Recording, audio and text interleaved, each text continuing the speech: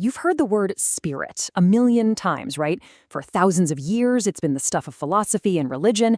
But what if we could explain it with physics? Well, that's exactly what we're digging into today. A whole new framework called the unified mechanics of spirit. So let's kick things off with a big question. You know that old idea of a ghost in the machine? What if that's completely backwards?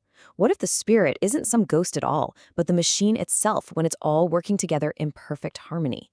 Seriously, what if that feeling you have right now, the feeling of just being you, is a real physical process? To even begin to answer that, we've got to step out of the usual metaphysical box. We're going to break down a scientific framework that takes this ancient concept of spirit and grounds it right here on Earth in the world of physics and biology. It's a pretty big shift. And this really shows you just how big that shift is.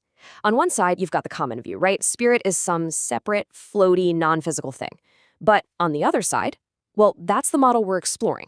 And it says something totally different.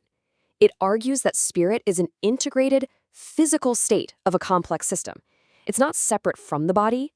It is the body, operating as one unified whole. So the big question is, how does that even happen? I mean, how does a collection of physical parts, cells, neurons, all that stuff, create this unified state we're calling spirit? Let's get into the science of it and build this idea from the ground up. Okay, so the model breaks it down into 3 pretty logical steps. Step 1 is about as basic as it gets. Energy exists. It's the building block of everything. Then, for step 2, that energy starts to organize itself through physical processes like evolution, creating these unbelievably complex structures.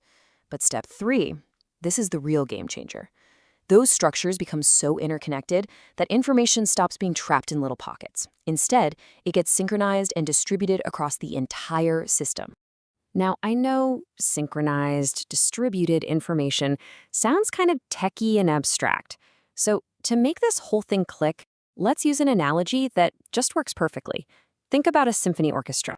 This is where it all comes together. See, the individual musicians are like our cells or our neurons. And spirit? Well, it's not the first violin. It's not the trumpet player. It's the music. It's that amazing, emergent thing that happens when every single part works together as one unified process. That's the key. Spirit is the music the whole orchestra makes together. All right, so if spirit is the music, what about our experience of being alive? In this model, experience isn't just a bystander. It has a very specific job. It's the conductor of the orchestra. It's the signal that guides the entire performance. And this is really important. Experience isn't something that just passively happens to you. It's an active, functional process. You can think of it as a real-time signaling system, where every signal is coded with value. That sharp pain from a burn, that jolt of fear from a loud noise, those are high-value signals screaming danger that tell your system to react now. It uses that information to organize and direct everything the system does next. It's the control mechanism. Yeah, and this quote from the source material just nails it. Experience is not a required property, but an efficient control mechanism. See? It's not some mysterious byproduct of consciousness, it's a tool. It evolved because it provides an incredible survival advantage. I mean, just imagine an organism that can instantly signal threat to every part of its body at once, versus one that has to process it in slow, separate steps. The unified one survives. It's that simple. So, where do things like feelings and memory fit in? Well, they're the conductor's most essential tools. Feelings are the chemical and neurological signals that actually encode that value. They're like the sheet music telling the orchestra what's important, what's urgent. And memory? That stabilizes the whole process, letting the orchestra learn from past performances and adapt for the future. Okay, let's pull this all together. We have the orchestra, that's our integrated spirit, and we have the conductor, that's our active experience.